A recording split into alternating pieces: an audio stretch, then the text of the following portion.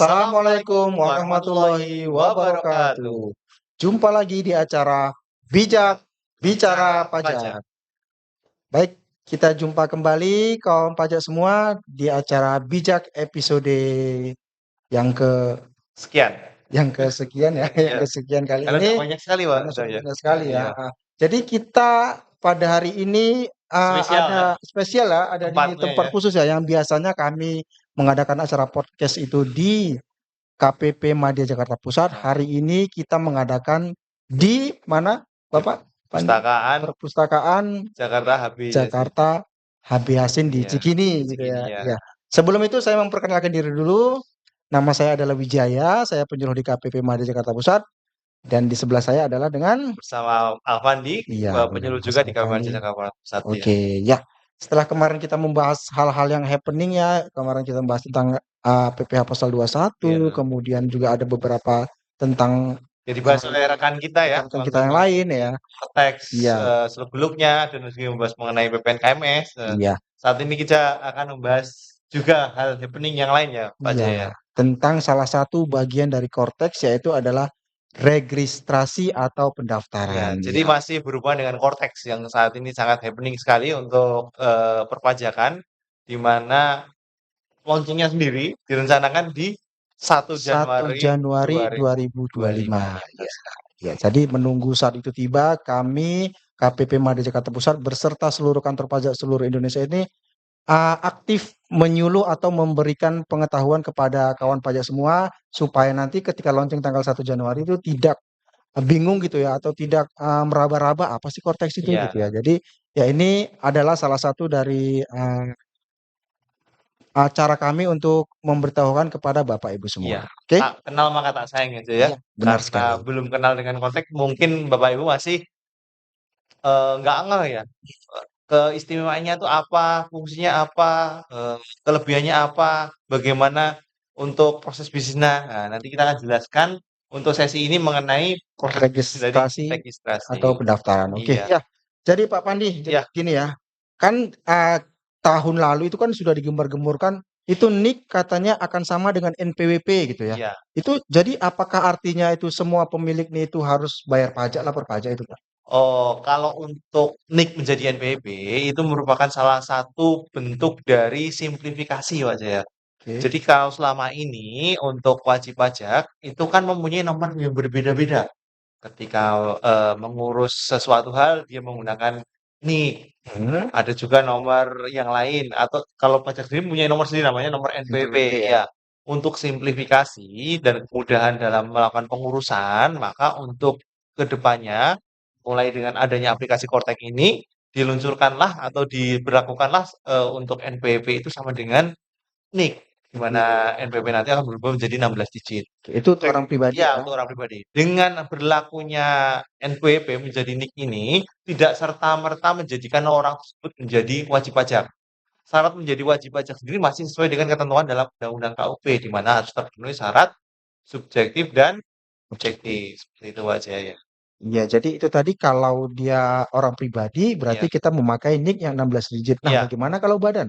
Kalau untuk badan, baik badan pemerintah, instansi pemerintah misalnya bendahara ataupun dari pihak swasta, itu untuk NPWP masih tetap sama, cuma nanti di depannya akan diberi angka 0 atau diberi 0 di paling depannya. Berarti 15 digit ditambah 0, berarti nanti 16 digit 16 ya digit, gitu Pak iya ya? benar sekali. Oke, ya, ya. Kemudian ada lagi kalau warga negara asing, Kalau warga negara asing itu perlakuannya sebenarnya masih sama seperti yang sebelum-sebelumnya. Untuk WNA nanti menggunakan nomor paspor atau nomor KITAS. Kalau untuk wajib pajak badan dari luar negeri berarti menggunakan TIN dari negara masing-masing. Tag identifikasi number atau mungkin kalau di istilah kita mungkin NPWP dari negara tersebut. Misal dia dari Singapura berarti NPWP dari negara Singapuranya seperti itu. oke, berarti sudah jelas ya kawan pajak ya. Ya, Jadi NIK itu nanti bisa digunakan sebagai NPWP. iya, Oke, tapi tidak semua yang mempunyai NIK itu harus membayar pajak dan melaporkan pajak ya. iya. Harus terpenuhi syarat Subjektif dan objektif. objektifnya. Oke. Jadi bukan serta-merta NIK itu menjadi wajib pajak ya, kawan pajak ya. Tapi NIK ini sebagai sarana pengganti NPWP sekarang. Karena nanti dengan adanya simplifikasi, dengan adanya kemudahan ini, diharapkan dengan satu data tadi, kalau wajib pajak tidak lupa lagi wajah ya. Bahwa, oh NPWP saya berapa ya? Kan sudah pasti, oh NPWP saya ada nih. Jadi lebih mudah Ya, kan? jeniknya ya. Iya, Oke. seperti itu. Ya, jadi itu cara daftarnya gimana ya, Pak? Untuk cara daftarnya sendiri, kalau untuk pendaftaran itu bisa secara online. Secara online ya. Iya, Tapi bisa. datang kantor pajak juga masih Kantor bisa pajak ya? juga bisa. Masih bisa ya. Oke. Cuma kalau saat ini kan memang karena sifatnya sekarang kan orang juga sibuk ya wajah ya. Ya. Dan dia kemungkinan juga untuk spare waktu untuk hal yang ini kan mungkin tidak ada ya untuk cuti dan lain-lain ya. Karena itulah disediakan laman yang bisa digunakan nanti. Untuk Cortex sendiri, apabila wajib pajak belum memiliki NPWP atau NIK-nya belum tervalidasi, nanti ada pilihan di sana, pilihan untuk apakah Anda belum memiliki NPWP, ada pilihan di sana, Mas. Ya, berarti lebih gampang lah ya, Iya, sistemnya online semua ya, tidak semua perlu hadir sistemnya kantor online. pajak. Jadi tidak perlu datang ke kantor pajak, bisa diselesaikan menggunakan satu aplikasi, yaitu aplikasi Oke, Cortex. iya. Terus kemudian gini, saya pernah mendengar tentang Family Tax Unit. Itu bagaimana ya, Pak Wandi, penjelasannya? Untuk family tax unit itu adalah data keluarga yang berhubungan dengan perpajakan. Jadi untuk family tax unit nanti bisa saja untuk wajib pajak tersebut eh, wajib pajak yang digabung Gabung. untuk status kewajiban perpajakannya misalnya suami dan istri digabung. Maka nanti untuk suami istri ini nanti harus didaftarkan di family tax unit. Iya. Begitu juga untuk tanggungan-tanggungan Pak Jaya. Tanggungan yang menjadi PTKP-nya dimasukkan dalam family tax unit. Tapi lebih baiknya untuk semua anggota keluarga itu dimasukkan dalam family tax unit. Karena apa? Karena kan kita tidak tahu ya Pak Jaya. Mungkin suatu saat anak kita ada penghasilan lain, misal dari YouTube atau mungkin ada penghasilan lain dia jadi endorse apa, seperti itu kan nggak tahu kan. Nah, jadi lebih amannya didaftarkan menjadi family tax unit. Walaupun secara ketentuan yang menjadi family tax unit itu adalah yang menjadi tanggungan saja. Dan Seperti maksimal itu. 3 ya. Ya, maksimal 3 untuk menjadi tanggungan. Ya, jadi salah satu alasan mengapa Family Tax Unit ini diperlukan adalah karena sistem perpajakan kita masih menganut sistem satu kesatuan ya, Pak ya. Iya, Jadi kepala keluarga itu dianggap sebagai induk atau pusat gitu, dan iya, yang lain-lain adalah merupakan bagian dari induk atau pusat tersebut iya, gitu ya. Oke, jadi ada pertanyaan lain nih. Tadi kan ada gemar-gemur tentang Cortex gitu ya. iya. Jadi nanti kalau Cortex ini sudah di-launching per Januari 2025, itu data-data yang lama itu masuk nggak sih sebenarnya? Baik, dari informasi yang sudah kami dapatkan dari pihak-pihak yang berhubungan dengan Cortex, itu menjelaskan bahwa untuk datanya nanti insya Allah migrasinya aman. Semua datanya itu pasti akan terbawa ke aplikasi Cortex. Tetapi nanti ada namanya cut off untuk pelaporan atau untuk informasi mengenai penyampaian di aplikasi Cortex-nya. Di mana aplikasi Cortex nanti mulai berlaku untuk masa Januari 2025. Jadi untuk pelaporan SPT Januari 2025 itu nanti menggunakan aplikasi Cortex. Tetapi apabila Bapak, Ibu atau kawan pajak di sini ada pembetulan SPT, di mana SPT itu untuk tahun 2024 ke bawah, maka masih menggunakan aplikasi atau ligasi yang lama. Jadi pastikan data-data yang lama Bapak Ibu jangan dihilangkan atau dihapus gara-gara ada Cortex karena nanti masih mengacu ke data yang lama Data untuk yang lama ya. pembetulannya. Jadi walaupun nanti Cortex sudah launching, cuman kami sarankan data atau aplikasi-aplikasi yang lama itu tetap ya tetap Ya, tersedia lah, jangan dihapus dahulu jangan gitu. bukan disarankan, diwajibkan Diwajibkan ya ya, justru ya. nanti Lebih baik ya. masalahnya nanti ketika ada Ya, kebetulan kebetulan nanti harus malah repot kalau datanya sudah hilang kan. Lebih baik Bapak Ibu tetap simpan. Suatu saat misalnya nanti misalnya waktu pajak ada mengganti oke, atau mungkin kebetulan untuk kebetulan dipotong, ya, maka nanti masih bisa menggunakan data yang data atau lama. aplikasi Karena untuk legasinya sendiri itu mulai berlakunya adalah Januari Januari 2025. 2025 ke atas. Ya. Kemudian ini ada isu-isu keamanan ini ya Iya, kan, kita sering baca di berita itu ada yang bocor, ada iya, yang data password itu dipakai bersama. iya. Itu isu-isu tersebut di Cortex bagaimana ya, Pak? Baik.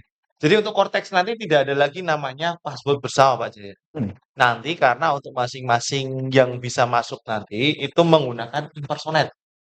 Jadi nanti wajib pajak wajib pajak badan misalnya ya, ketika dia nanti masuk menggunakan PIC utama, nanti dia bisa mendelegasikan hak-hak mana saja yang diberikan kepada karyawan-karyawannya. Dan ketika untuk karyawannya tadi masuk, menggunakan login dan password masing-masing, nanti ketika masuk dia akan bisa mendapatkan kewenangan yang diberikan dari PIC atau apa tadi Pak Jaya. Jadi tidak ada lagi password yang satu digunakan rame-rame. Biasanya kan seperti itu kan untuk lapor SPT unifikasi. Kan satu orang, misal dia punya 5 orang admin, kan passwordnya buat rame-rame kan 5 orang tadi kan. Nah takutnya kalau seperti ini kan bisa saja kan dia teledor atau mungkin karyawannya tadi resign kan. Iya, iya. Jadi kan passwordnya hilang atau gimana kan susah kan. Nah kalau ini enggak, untuk Cortex nanti lebih aman karena masing-masing login menggunakan akun masing-masing untuk bisa akses ke Cortex. Dan ketika yang bersangkutan resign, itu untuk PIC utamanya bisa revoke atau menghapus kewenangannya tadi. Jadi ketika login tidak mungkin lagi masuk ke akun wajib pajak badan yang menjadi kewenangannya dia tadi sebelumnya. Jadi lebih aman. Lebih aman ya, karena Iya, masing-masing orang ini punya username dan passwordnya masing-masing ya. iya Baru seperti itu. kemudian dia impersonate sebagai apa gitu ya, apa yang Iya. ditugaskan kepada dia. Iya, Oke dan ya. ketika mungkin ada karyawan yang tiba-tiba resign dan datanya belum dikembalikan juga nggak masalah karena kita bisa menghapus untuk kewenangan yang bersangkutan tadi dan bisa kita delegasikan ke karyawan yang lain. Oke. Tadi itu kan masalah keamanan data ya. Jadi ada nggak satu orang gitu yang bisa melihat semuanya gitu, kayak semacam super user gitu ya? Ya, Ada ya? jadi kalau untuk login Cortex pertama kali nanti untuk launching kan Januari Jam 2025 ya rencananya ya. Ketika login pertama kali nanti itu yang bisa login adalah penanggung jawab utama siapa aja. penanggung jawab Iya, utama penanggung jawab utamanya tentunya. ini yang ada dalam data DJP online. Oke. Makanya itu kawan pajak atau sobat pajak pastikan data dalam DJP online-nya ini sudah benar. Baik data penanggung jawab, data email, data nomor handphone atau nomor telepon yang bisa dihubungi. Karena nanti untuk validasi data itu menggunakan 3 data tadi. Data penanggung jawab, data email, dan juga data nomor handphone. Oke. Jadi kawan pajak pastikan data-data tersebut sudah benar karena untuk login pertama kali nanti itu menggunakan data pengurus utamanya tadi dengan cara reset password, masuk ke dalam akun Cortex yang bersangkutan, kemudian baru bisa mendelegasikan ke masing-masing karyawan yang untuk tugasnya masing-masing. Jadi saran kami sebelum launching Cortex nanti Iya, Januari 2025, dilihat dulu akun DJP online-nya iya, apakah nama penanggung jawab, email, dan nomor handphonenya ini sudah sesuai gitu ya. iya benar Kalau sekali. belum sesuai, bisa kita ajukan atau WP bisa mengajukan perubahan gitu. Bisa mengajukan Oke. perubahan. Jadi saat ini apabila Bapak Ibu ada data yang salah atau sobat pajak ada data yang salah dalam data DJP online, maka segera mungkin ajukan perubahan data ke KPP masing-masing. Seperti itu, dengan menggunakan formulir perubahan data wajib pajak. Satu lagi informasi, Pak Jaya. Jadi kalau untuk Cortex nanti sudah tidak ada lagi namanya NPWP cabang. Oke. NPWP cabang nanti akan diganti dengan NITKU, nomor identifikasi tempat kegiatan usaha di mana NITKU-nya nanti itu sebagai pengganti NPWP cabang dan tidak ada pelaporan. Pelaporan semua terpusat. Cuma nanti ketika buat bukti potong bisa dipilih apakah bukti potongnya terbit di cabang atau bukan terbit di cabang, terbit di NITKU masing-masing. Seperti itu. Baik, Pak Pandi, topik yang menarik pada hari ini ya. Semoga kawan pajak lebih tercerahkan tentang masalah Cortex ini. Nanti akan ada sesi-sesi yang lain tentang Cortex. Hari ini kita tentang registrasi. Mungkin nanti ada tentang TAM ya, Tax Account Management. Atau Cuman mungkin tentang bayaran, tentang pembayaran ya. atau mungkin tentang pengelolaan SPT-nya Nah, bagaimana, jadi SPT-nya antara SPT lama dengan yang baru nanti bagaimana. jadi boleh kawan pajak tunggu nanti edisi podcast kita selanjutnya. Semoga podcast pada hari ini bermanfaat. Saya Wijaya dan Bapak Saya Alpandi Madi. mengundurkan diri. Assalamualaikum Warahmatullahi warahmatullahi wabarakatuh. wabarakatuh.